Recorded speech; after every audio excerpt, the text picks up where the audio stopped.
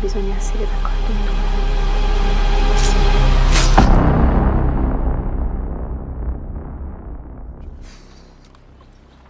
Dai papà, andiamo. Un attimo. Karena saking senangnya, Sofia memotret ayahnya yang selama ini tidak pernah mau difoto, tanpa menyadari akibat apa yang akan diterimanya. Unggahannya tersebut langsung terbaca oleh sistem biometrik, yang memberikan sinyal terhadap orang yang selama ini telah memburu mereka. Confermerò che i valori biometrici su noi stessi.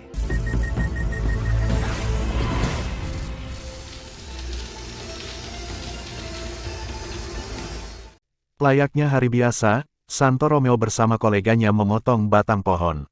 Menjelang siang, Santo meminta koleganya untuk lebih dulu menjemput Sofia dan pulang duluan.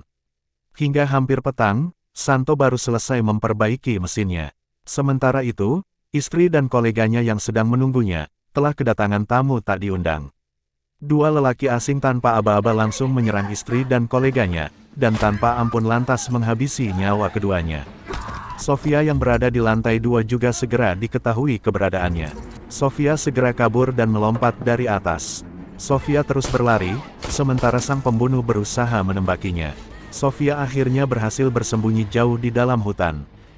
Santo yang baru selesai lantas berangkat pulang. Namun apa yang ia temukan sungguh di luar dugaan. Tubuh istrinya kini terlentang tanpa nyawa, nafas Santo menjadi tidak tenang. Santo lantas segera membawa Sofia ke dalam mobil, dan mengemudikannya dengan terburu-buru. Mereka tiba di sebuah rumah kosong. Sofia meminta penjelasan kepada ayahnya tentang apa yang terjadi, namun Santo belum siap mengatakannya. Santo juga melarang Sofia untuk menghubungi polisi, karena Santolah yang malah akan ditangkap.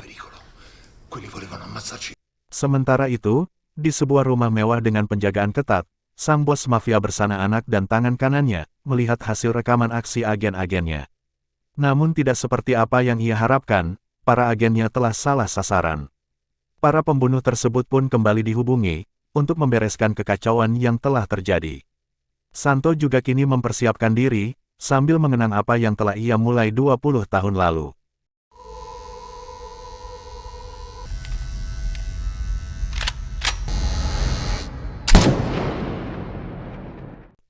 Santo mengumpulkan barang-barang yang telah ia persiapkan, karena ia tahu bahwa hari ini akan datang.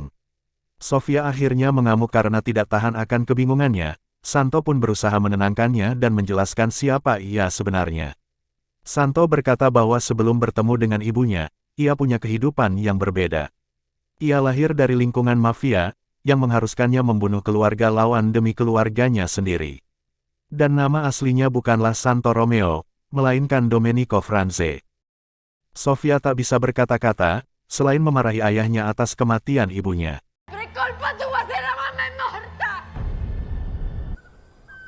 Santo alias Franze kembali mempersiapkan alat tempurnya.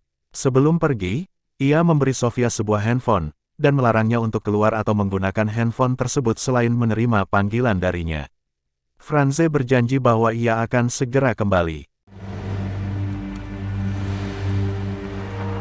Hingga siang menjelang, Franze rupanya belum kembali. Sofia menunggu dengan khawatir dan gelisah. Akhirnya, Sofia terpaksa menggunakan handphonenya untuk menelpon pacarnya. Sofia memintanya untuk menjemputnya segera. Tanpa ia sadari, panggilannya tersebut memberikan sinyal terhadap pemburunya. Di tempat lain, Franze sedang menghajar seorang lelaki tanpa belas kasihan. Franze meminta dua nama yang telah mendatangi rumahnya. Lelaki tersebut menjawab dengan sekarat, sebelum akhirnya menjadi mayat. Hakim akhirnya sampai dan segera membawa Sofia kabur. Baru saja bertolak, sebuah mobil yang berpapasan lantas berbalik dan mengejar mereka.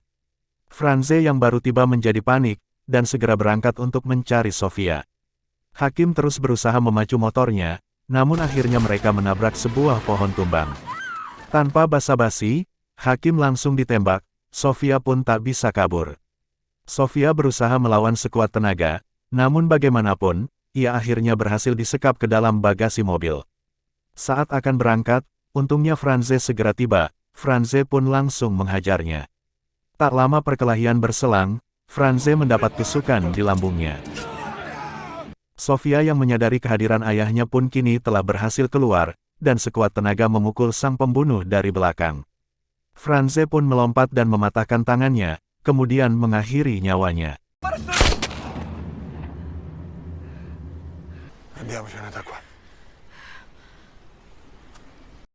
Di rumah mewahnya, Michele berusaha membujuk ayahnya sebagai bos mafia. Michele tak ingin terjadi skandal karena akan berakibat buruk terhadap bank mereka. Bagi Michele, bank lebih penting daripada balas dendam.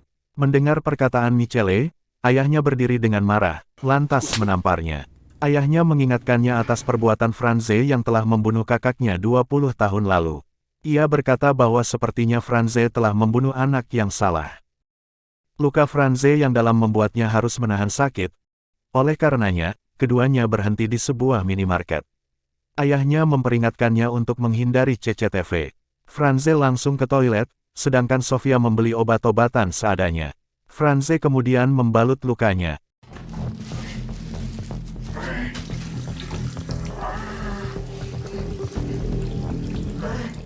Keduanya kembali ke mobil, Sofia akan menggantikan ayahnya menyetir. Mereka akan pergi ke Milan, tempat di mana sang bos mafia tinggal. Sofia terus menyetir hingga malam menjelang.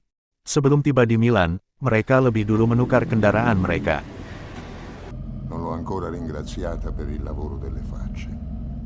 Di rumahnya, sang bos mafia meminta Dr. Ferrario untuk kembali melakukan pelacakan wajah biometrik, seperti yang telah ia lakukan sebelumnya, namun kali ini dengan menggunakan seluruh CCTV yang ada di Milan. Dr. Ferrario berkata bahwa ia akan segera menghubungi kenalannya di pemerintahan. Sofia dan Franze memasuki wilayah Milan, mereka menepi di sebuah rumah kosong yang sedang dijual. Sambil menahan sakit, Franze merebahkan tubuhnya, Sofia pun mengganti perban di perutnya, namun tiba-tiba Franze jatuh pingsan. Sofia menjadi panik, ia berusaha mencari pertolongan, ia pun menemukan sebuah klinik aborsi ilegal yang belum tutup, yang akhirnya bersedia membantunya telah ditawari banyak uang.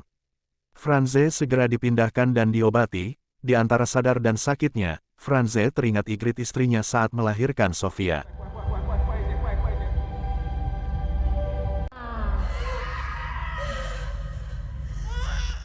Setelahnya, Sofia menjaga ayahnya sambil membaca tulisan yang tak sengaja ditemukannya di dompet ayahnya. Di sana Franze menulis tentang rasa syukurnya yang tak terkirakan, karena sebab kehadiran Igritlah, ia menjadi mengenal cinta, ditambah kehadiran Sofia yang menjadikan hidupnya bangkit dari neraka ke surga. Sofia menjadi berkaca-kaca. Ketika sadar dari pingsannya, Franze langsung memohon maaf kepada Sofia, karena harus ikut menanggung kesalahan masa lalunya.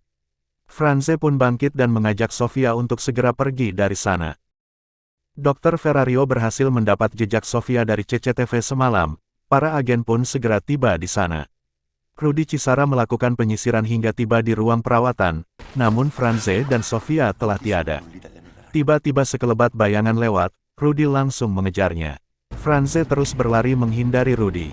Sementara itu, Sofia yang sudah berhasil mendapatkan mobil, malah bertemu dengan pemburunya. Franze pun menghadapi Rudy.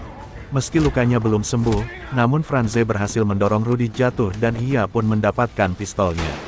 Dari luar terdengar tembakan, Franze pun kembali naik. Sofia kini tertodong dan tak bisa berbuat apa-apa. Untungnya Franze tiba tepat pada waktunya.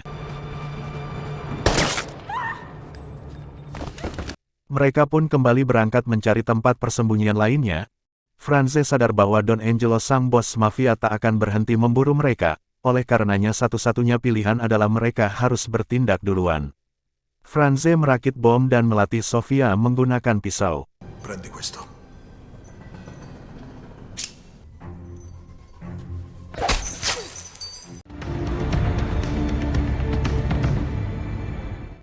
Malam itu, mereka berangan setelah terbebas dari semua masalah ini, mereka akan pindah ke Afrika. Angan yang akhirnya kembali membangkitkan rindu mereka terhadap Igrit. Pagi tiba bersama Sofia yang mendekati gedung perbankan milik keluarga Don Angelo. Sofia memotret semua penjaga dan mengirimkannya kepada ayahnya. Namun tiba-tiba seorang polisi mendatanginya dan mengusirnya dari sana. Sementara itu, seorang penjaga yang baru memasuki mobilnya lantas ditodong oleh Franze. Franze memerintahnya untuk memasuki area parkir perbankan. Setelahnya, Franze lantas memukulnya hingga pingsan dan menyita pistolnya. Ia pun naik lewat lift khusus penjaga keamanan. Sofia membakar bomnya dan meletakkannya di tempat sampah di luar gedung, bersamaan dengan Franze yang keluar dari lift. Ledakan bom membuat perhatian semua orang teralih, sehingga Franze berhasil masuk tanpa hambatan ke ruangan sang putra bos mafia, Michele. Franze menyandera dan membawa Michele keluar, kemudian memasukkannya ke dalam mobil yang mana Sofia sudah bersiap di dalamnya. Karena terkepung, Sofia terpaksa menabrak polisi dan meninggalkan ayahnya. Tembak-menembak pun terjadi antara Franze dan dua polisi. Sofia segera kembali menjemput ayahnya dan berhasil membawa mobil ke jalan raya. Di tempat persembunyian mereka, Franze kembali pamit kepada Sofia, ia akan berangkat kali ini untuk mengakhiri segalanya. Sementara itu, Rudy menunjukkan foto Michele yang Franze kirimkan kepada Don Angelo.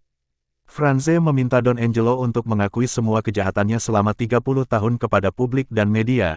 Jika tidak, maka Michele sebagai satu-satunya putranya yang tersisa juga akan tiada. Waktunya adalah sampai besok malam sebelum berganti tanggal. Chiama Ferrario. Ferrario kembali melakukan pelacakan. Mereka menemukan sinyal handphone Franze di sebuah tempat bangkai kereta. Rudy bersama komplotannya pun segera berangkat ke sana. Mereka mendekati mobil Franze yang diparkir, namun semua pintunya terkunci. Tiba-tiba sebuah tembakan menumbangkan salah satu dari mereka. Franze terus berpindah dan menembak, satu persatu dari mereka pun bergururan. Rudy dan komplotannya mulai panik dan berlindung ke balik mobil. Franze mengambil handphonenya dan melakukan panggilan, tiba-tiba mobil tersebut pun meledak.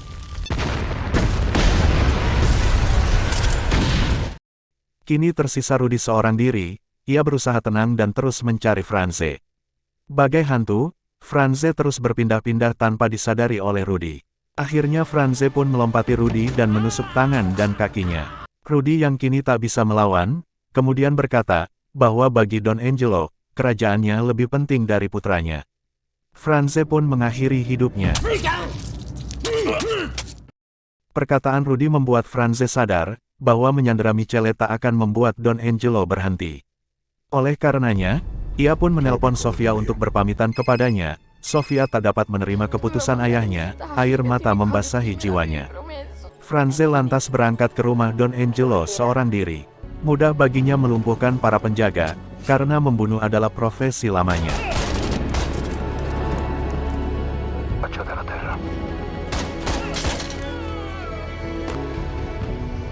Io ero cambiato, Sofia.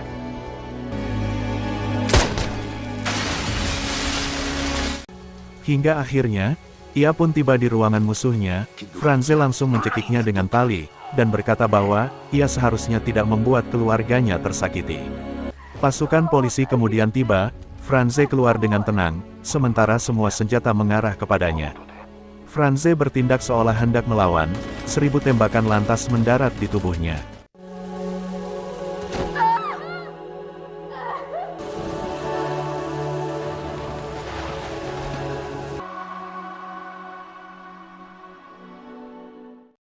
Beberapa hari kemudian, Sofia yang kini mendekam di lembaga pemasyarakatan, dikunjungi oleh Michele. Michele memberinya coklat, namun Sofia menolak dan tak mau basa-basi. Michele berkata, bahwa ia ingin agar permusuhan keluarga mereka berakhir. Michele juga memberi Sofia kartu nama dan siap membantunya kapan saja. Namun setibanya di mobil, Michele berkata kepada Ferrario bahwa ia merasa tidak aman, oleh karenanya, ia ingin agar Ferrario menyingkirkan Sofia saat ia sudah keluar dari lapas. Ia ingin Sofia mati dengan tali di lehernya. Sofia mewarisi tekad ayahnya. Sebelum masa tahanannya habis, ia memutuskan untuk kabur dan keluar. Sehingga Ferrario yang datang ke sana, hanya bisa pulang dengan tangan hampa. Michele pun terkejut akan kabar tersebut.